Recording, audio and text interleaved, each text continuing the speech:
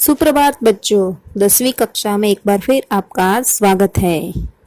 हम सीख रहे हैं हमारा चौथा गद्य जिसका नाम है एक प्रश्न चार उत्तर।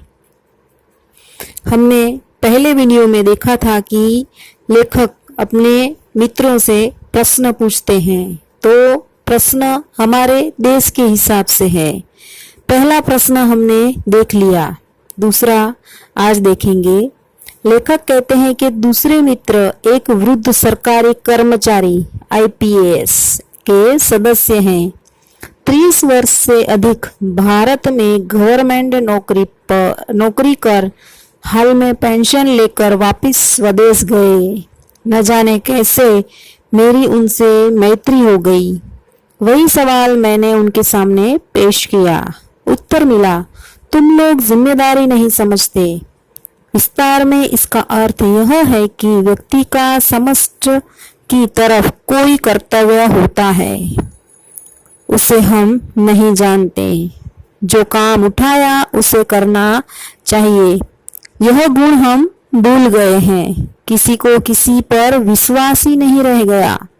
खाने की दावत हो तो मेजबान को यह विश्वास कि मेहमान समय से आएंगे, न मेहमान को विश्वास कि समय पर जाने से खाना मिल जाएगा। न गृहस्थ को विश्वास कि धोबी और दर्जी वायदे पर कपड़ा दे जाएंगे, न धोबी को दर्जी पे विश्वास है कि हमें समय से दाम मिल जाएंगे। रेलगाड़ी पर चढ़ने वालों को यह विश्वास नहीं है कि पहले से बैठा मुसाफिर उन्हें स्थान देगा। पहले से बैठने वालों को यह विश्वास नहीं है कि नया मुसाफिर धीरे से आकर उचित स्थान लेगा और व्यर्थ का शोर ना मचाएगा, न और प्रकार से तंग करेगा। सड़क पर चलने वालों को यह विश्वास नहीं कि आगे चलने वाला अपना छाता इस तरह से खोलेगा कि उसकी नोक से मेरी आंख न फूट जाएगी, या पीछे चलने वाला मुझे व्यर्थ धक्का न देगा। किसी को किसी पर विश्वास ही नहीं कि केले, नारंगी का छिलका या सुई, पिन आदि इस तरह न छोड़ेगा जिससे दूसरों को कष्ट पहुंचे।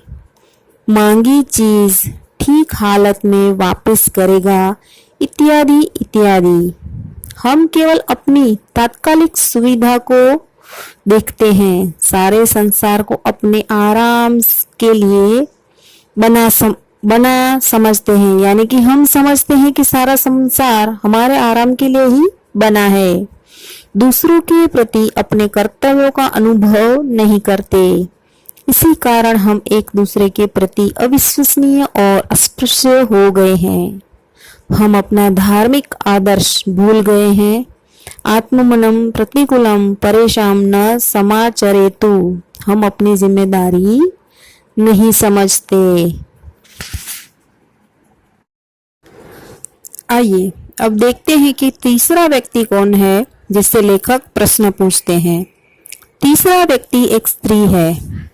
7-8 वर्षों से अपने को भारतीय बनाकर बड़े प्रेम और श्रद्धा से, बड़ी तत्परता से वे भारत की सेवा कर रही है। असहयोग आंदोलन में वे जेल भी जा चुकी है। कई कारणों से भारतीयों का निकटतम अनुभव उन्हें कई कार्य क्षेत्रों में हुआ है। उनको भी मैंने घेरा। उनका उत्तर था, तुम लोग बड़े आलसी हो, अर्थात हम लोगों के श्रम का महत्व नहीं समझ पाना चाहते। मेहनत करना तो हमने मर भूखों का काम समझ रखा है। बड़े लोगों का काम केवल बैठे रहना। हम भूल गए हैं कि संसार में जो बड़े हुए हैं वे सब अथाक परिश्रमी हैं। यानी कि ऐसे ही किसी को सफलता नहीं मिलती है। जब हम परिश्रम ही नहीं करेंगे तो सफलता कैसे पाएंगे। आरंभ शूर तो हम हैं, पर हम में लगन नहीं है। इसी कारण हमें अपना रोजगार में और न अपने गृहस्थी संबंधों में या सार्वजनिक कार्यों में सफल हो पाते हैं। रोने पीटने झिकने में जितना समय हम बिताते हैं उतना यदि काम में बिताए तो हम देश की और अपनी काया पलट कर सकते हैं। हम लोग बड़े आलसी हैं। यहाँ पर हमने 3 प्रश्न देख लिए। अब चौथा प्रश्न हम अगले वीडियो में देखेंगे। आशा करती हूँ इतना आपको समझ में आ गया होगा। धन्यवाद।